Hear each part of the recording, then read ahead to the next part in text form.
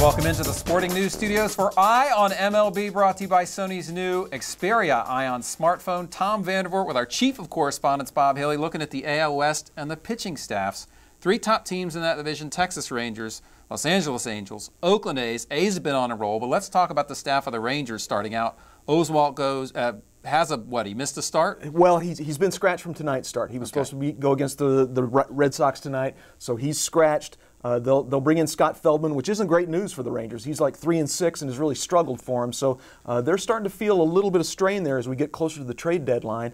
Colby Lewis, who's been their workhorse the last couple of seasons as they've won the American League, is having still forearm issues. So that's a problem for them. They're going to have to figure out, do we go out and get somebody? Do we have Neftali Feliz coming back soon enough that we don't need to do that? So they've got a lot of questions kind of rotating around that rotation. Now talk about the Angels.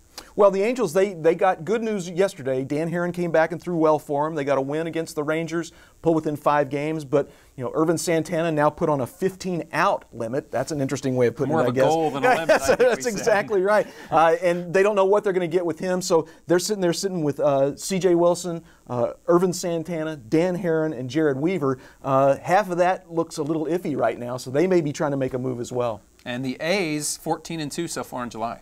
An amazing story. You know, I think people were projecting 100 losses for the A's this year. Suddenly they've got starting pitching that has the best ERA in the American League. They've got defense is great. They just have a lot of things that are clicking for them right now. The schedule gets tougher, though. They're not going to be making a move, so they've got what they're going to go with, and it's going to be hard for them. Yeah, we know the A's aren't trading for anybody. They are what they are. They are what they are.